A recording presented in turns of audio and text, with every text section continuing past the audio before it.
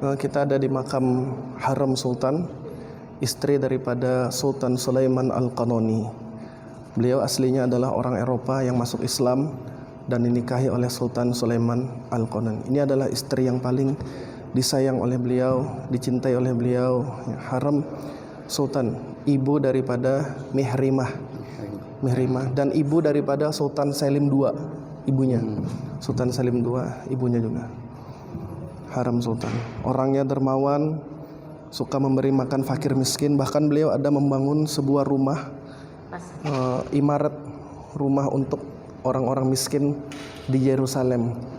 Jadi di sana itu setiap hari dimasak 400 makanan, dibagikan setiap hari kepada orang-orang miskin di Yerusalem, di Al-Quds, Al-Aqsa. Haram Sultan.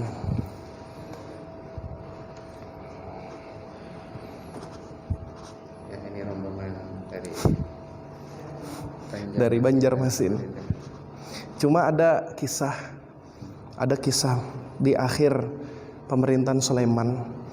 Nah, ini termasuk kisahnya juga, karena sebetulnya yang mewariskan tahtanya Sulaiman itu adalah Mustafa, Syahzad Mustafa, Pangeran Mustafa, tapi bukan dari anak beliau ini. Akhirnya beliau membuat sebuah, nah ini yang ceritanya ramai sampai dijadikan sinetron, membuat sebuah konspirasi agar Mustafa itu dihukum mati, digantikan oleh anaknya Selim.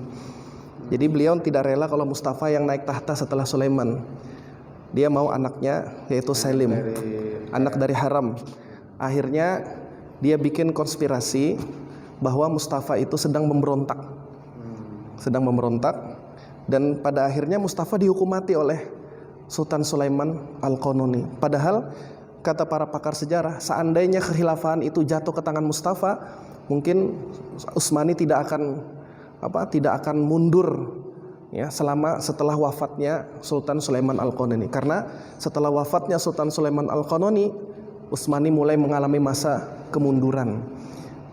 Dihukum mati Mustafa, diganti oleh anaknya beliau yang menjadi putra mahkota, yaitu Selim II, dan diangkat menjadi sultan setelah kematian Sultan Sulaiman Al-Qanoni. Nanti Selim II, nanti kita akan lihat masjidnya di kota Edirne.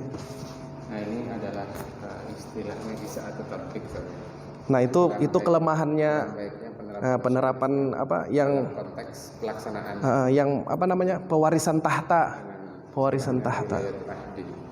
Atau pewarisan putra mahkota.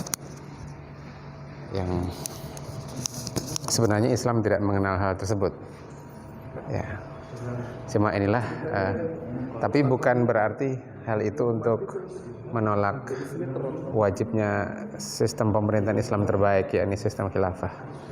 Dari komplek Masjid Sulaiman Al-Qanoni, Wahyu Ibnu Yusuf dan tim melaporkan.